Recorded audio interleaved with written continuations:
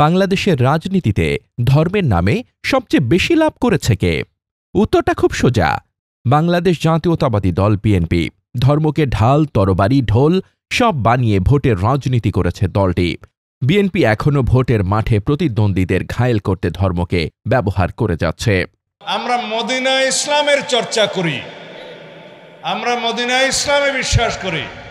এটি আসলে ধর্মকে ব্যবহার করে বিএনপির নির্বাচনী বৈতরণী পার হওয়ার সহজ ও শর্টকাট চেষ্টা।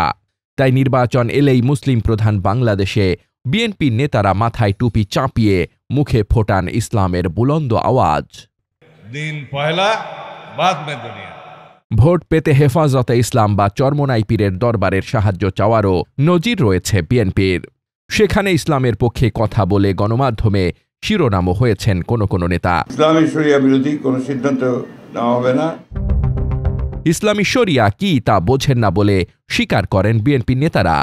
তারপরও ইসলামী বিভিন্ন দরবার আর দফতরে বিএনপির এই ছোটাছুটি নির্বাচনী জোট গড়ে ভোট পেয়ে ক্ষমতায় যাওয়ার জন্য।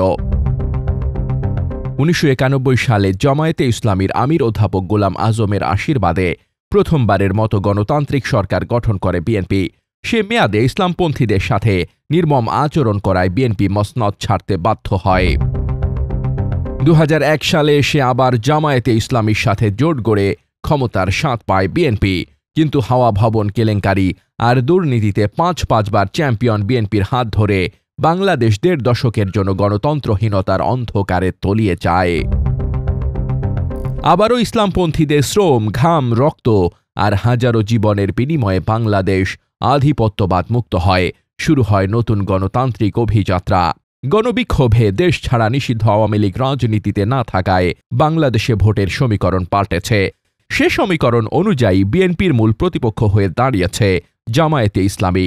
জামায়াতের হাত ধরে দুবার ক্ষমতার স্বাদ পাওয়া বিএনপি এখন এক সময়কার এ জোট সঙ্গীর বিরুদ্ধে জোরে সোরে কামান দাগাচ্ছে। দেশে একটি দল যারা ধর্মের নামে ব্যবসা করে, রাজনীতির ব্যবসা করে এবং বিভিন্ন রকমের জান্নাতের টিকিট বিক্রি করে রাজনীতি করতে চায়, ভোটের বৈতরণী পার হতে চায়।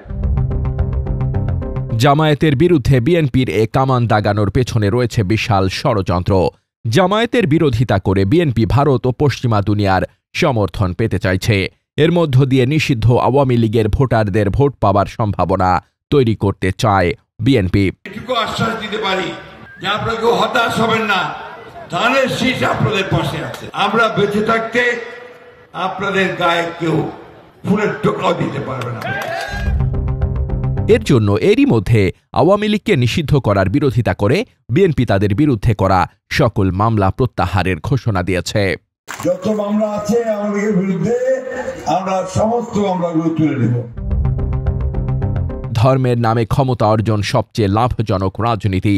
তাই রাজনীতিকে ধর্মের কাঁধে চড়িয়ে ভোটের মাঠে মাস্টার স্ট্রোক হাঁকাতে চায় বিএনপি।